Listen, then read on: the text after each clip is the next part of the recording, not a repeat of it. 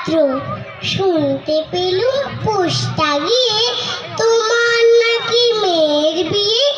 গঙ্গারামকে পাত্র পেলে জানতে চাও সে কেমন ছেলে।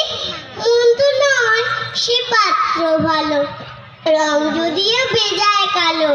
তার উপরে মুখের গঠন অনেকটা ঠিক মেচার মতন।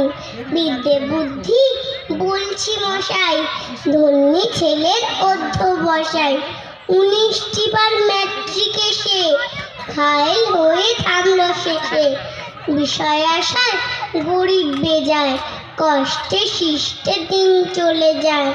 মানুষ তো নয় ভাইগুলো তার, একটা পাগল একটা গোয়ার। আরেকটি সে তৈরি ছেলে, জাল করে নোট গেছেন জেলে।